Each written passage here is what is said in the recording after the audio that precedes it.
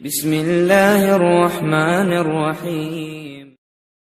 इस दुनिया में कोई जगह ऐसी नहीं है जो खाने काबा की तरह मुकद्दस और मरकजी हैसियत रखती हो। खाने काबा सऊदी अरब के मक्का शहर में मौजूद है। रोजाना हजारों की संख्या में मुसलमान 24 घंटे खाने काबा का तवाफ करते हैं। खाने काबा की तस्वीर करोड़ों मुसलमानों के घरों की जीनत है। दुनिया का हर मुसलमान काबे को अपना किबला तस्लीम करते हुए इसकी तरफ मुंह करके रोजाना 5 वक्त की नमाज अदा करता है। दोस्तों, खाने काबा का इतिहास बड़ा ही दिलचस्प रहा है और बहुत कम लोग ऐसे हैं जिनको खाने काबा की हिस्ट्री पता होगी। तो आज की इस खूबसूरत वीडियो में मैं आपको खाने काबा की 10 ऐसी बातें बताऊंगा जिनके बारे में शायद ही आपने पहले सुना होगा। दोस्तों, सबसे पहले बात करते हैं कि खाने काबा को कब, कैसे और किसने तामीर किया। हम आज जिस काबे को देखते हैं वो हमेशा से ऐसा नहीं था। कुदरती आफात और कई अन्य कारणों से समय समय पर काबे की तामीर की जरूरत पड़ती रही है। दोस्तों, हम में से अक्सर लोग ये सोचते हैं कि काबे की तामीर सबसे पहले हजरत इब्राहिम अलैहिस्सलाम और उनके बेटे इस्माइल अलैहिस्सलाम ने की, मगर ऐसा नहीं है। रिवायतों में आता है कि जब अल्लाह ताला ने हजरत आदम अलैहिस्सलाम को जन्नत से धरती पर भेजा, तब आदम अलैहिस्सलाम ने अल्लाह के हुक्म से खाने काबा को तामीर किया, जिसके लिए आदम अलैहिस्सलाम ने मुख्तलिफ पहाड़ियों से पत्थर लाकर काबे की नींव रखी।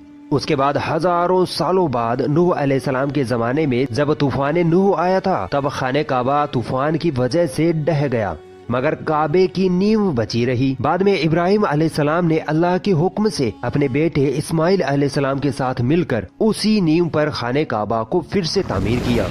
फिर नबी करीम सल्लल्लाहु अलैहि वसल्लम के जमाने में ज़ुहूर नबूवत से पहले कुरैश वालों ने फिर से खाने काबा को तामीर किया। कुरैश के लोग अक्सर हराम तरीके से पैसे कमाया करते थे, मगर उन्होंने कसम खाई थी कि काबा की तामीर सिर्फ हलाल पैसे से करेंगे, मगर वो पूरी तरह से कामयाब न हो सके और वसाइल की कमी के कारण काबे की छत का काम अधूरा ही रह गया। उसके बाद जो तामीर हुई वो सैयदना अब्दुल्ला बिन जुबैर रज़ियल्लाहु ताला अन्हु के दौर में हुई। फिर आखिरी बार अब्दुल मलिक बिन मरवान के कहने पर हज्जाज बिन यूसुफ ने कुरैश के बनाए हुए काबा को गिराया और उसी नींव पर फिर से खाने काबा को तामीर किया। और आज जो हम खाने काबा को देखते हैं वो उसी वक्त से तामीर किया हुआ है।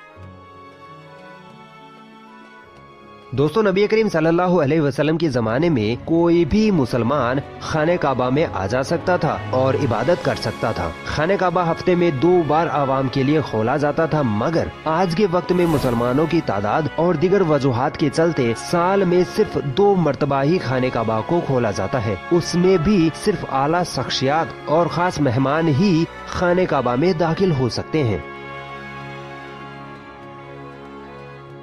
दोस्तों, क्या आपको पता है खाने काबा में पहले 2 दरवाजे हुआ करते थे, एक खाने काबा में दाखिल होने के लिए और दूसरा बाहर निकलने के लिए, और एक खिड़की भी हुआ करती थी। मगर आज खाने काबा में सिर्फ एक ही दरवाजा रखा गया है और ये दरवाजा सन 1979 में लगभग 300 किलो सोने से बनाया गया था। इससे पहले यह दरवाजा चांदी का हुआ करता था और जो पहले खिड़की हुआ करती थी उसको भी हटा दिया गया है।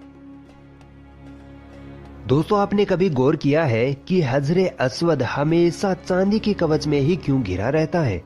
कुछ लोगों का कहना है कि हजरे अस्वद अमायाद की फौज के हाथों मारे गए पत्थर के लगने की वजह से टूट गया था जब वो मक्का पर काबिज थे, जबकि ये जन्नती पत्थर अब्दुल्ला बिन जुबैर की मलकियत में था। कुछ जराये के मुताबिक हजरे अस्वद बहरेन से ताल्लुक रखने वाले इस्माइली ग्रुप कखमाल्टियन के हाथों टूट गया था। इन लोगों का ये ख्याल था कि हज मुबारक एक तौहीन परस्ती वाला अमल है। अपनी बात को साबित करने के लिए इन लोगों ने 10,000 हुज्जाज को मारकर इनके जिस्मों को आबे जमजम के कुएं में फेंक दिया था। ये गैर इंसानी अमल काफी नहीं था। ये शैतान हजरे अस्वद को अरब के मशरिक में ले गए और फिर इराक के शहर कूफा में ले गए, जहाँ इसके एवज में पैसे वसूल किए गए। इनको फिर मजबूर किया गया कि वो हजरे अस्वद को खलीफाए बासत को वापस कर दे। जब इसे वापस किया गया तब ये टुकड़ों में था और इन टुकड़ों को एक जगह करने का सिर्फ एक ही तरीका समझ में आया था कि इसको चांदी के सांचे में रखा जाए। कुछ इतिहासकारों के मुताबिक इस मुकद्दस पत्थर के कुछ टुकड़े आज भी कहीं गुम हैं। दोस्तों काबा लफ्ज का अर्थ होता है क्यूब, यानी कह लीजिए चौकोर। मगर क्या आपको पता है इब्राहिम अलैहिस्सलाम के वक्त काबे के एक साइड का हिस्सा गोल हुआ करता था, जिसे आज हम हतीम कहते हैं। हतीम काबे का ही हिस्सा है, इसलिए आज आप देखते होंगे कि तवाफ करने वाले लोग हतीम के अंदर से न जाकर बल्कि हतीम के बाहर से ही तवाफ करते हैं। दरअसल ज़ुहूर नबूवत से पहले जब कुरैश वालों ने खाने काबा की तामीर की थी, तब वो हलाल माल इकट्ठा करने में नाकाम हो गए थे और वसाइल की कमी के कारण उन्होंने काबे के इस हिस्से को छोड़ दिया था। दोस्तों हम मुसलमानों को खाने काबा को काले रंग के कपड़े और सोने के धागों में देखने की ऐसी आदत हो चुकी है कि हम खाने काबा को किसी दूसरे रंग में तस्वुर भी नहीं कर सकते हैं। मगर क्या आपको पता है पहले खाने काबा पर मुख्तलिफ रंगों के भी गिलाफ चढ़ाए जाते थे, जिनमें हरा, लाल और सफेद रंग शामिल है। जिस कपड़े से खाने काबा को कवर किया जाता है उसे किस्वा कहते हैं। ये कपड़ा सिल्क तथा कॉटन का बना होता है। इस पर कुरान पाक की कई आयतें सोने के धागे से लिखी जाती हैं। हर साल हज के दौरान 9 जिलहिज्जा को फजर की नमाज के बाद गिलाफे काबा को चेंज किया जाता है। हर साल गिलाफे काबा पर लगभग $60 मिलियन यानी इंडियन रुपीस के हिसाब से 42 करोड़ रुपए सऊदी सरकार द्वारा खर्च किए जाते हैं। क्या आपको मालूम है खाने काबा की तादाद 2 है। खाने काबा के बिल्कुल ऊपर जन्नत में एक और काबा है जिसे रिवायतों में बैतुल मामूर कहा गया है।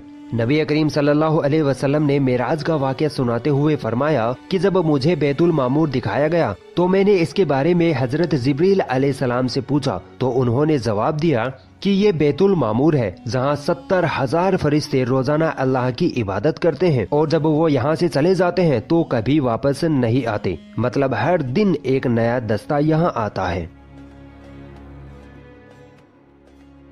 दोस्तों खाने काबा के दरवाजे को खोलने के लिए जिन चाबियों का इस्तेमाल होता है वो कोई सऊदी गवर्नमेंट के पास नहीं है, बल्कि नबी करीम सल्लल्लाहु अलैहि वसल्लम के एक सहाबी के खानदान के पास मौजूद है। फतह मक्का के बाद प्यारे नबी को खाने काबा की चाबियां सौंपी गई, मगर प्यारे नबी ने ये चाबियां अपने पास रखने के बजाय बनी शैबा खानदान के उस्मान बिन तलहा के जिम्मे कर दी। उस वक्त से लेकर आज तक खाने काबा की चाबियां उस्मान बिन तलहा रजी अल्लाह ताला अन्हु के खानदान के पास ही है। प्यारे नबी के फरमान के मुताबिक ये चाबियां कयामत तक उन्हीं के पास रहेंगी। हुजूर सल्लल्लाहु अलैहि वसल्लम ने फरमाया था कि ए बनी तलहा, ये चाबियां रोजे कयामत तक तेरी तहवील में रहेंगी, सिवाय इसके कि वो जोर जबरदस्ती गैर अखलाकी तरीके से तुझसे छीन ले जाए। कई सालों तक लोग ये अंदाजा लगाते रहे कि खाने काबा अंदर से कैसा नजर आता है। वो लोग बड़े खुशनसीब है जिनको खाने काबा के अंदर दाखिल होने की शहादत हासिल हुई, और एक खुशनसीब वो भी है जिसको खाने काबा के अंदर की तस्वीर बनाने का मौका मिला। फिर लाखों करोड़ों लोगों ने ये तस्वीरें ऑनलाइन भी देखी और भारत के कई लोगों का वहम भी दूर हो गया जो ये कहते थे कि हमारे देवता की मूर्ति काबे के अंदर रखी हुई है। दोस्तों खाने काबा के अंदर का हिस्सा संगे मरमर और हरे रंग के कपड़े से ढका हुआ है। दोस्तों खाने काबा मक्का के ढलान वाले क्षेत्रों में मौजूद है, जिसकी वजह से जब भी बारिश हुआ करती थी तो वादी में सैलाब आ जाया करता था और खाने काबा के चारों तरफ पानी इकट्ठा हो जाया करता था। और उस वक्त इस पानी की निकासी व रोकथाम के कोई बेहतरीन उपाय न थे, मगर मुसलमान उस वक्त भी खाने काबा का तवाफ जारी रखते थे और वो तैराकी करके तवाफ करते थे।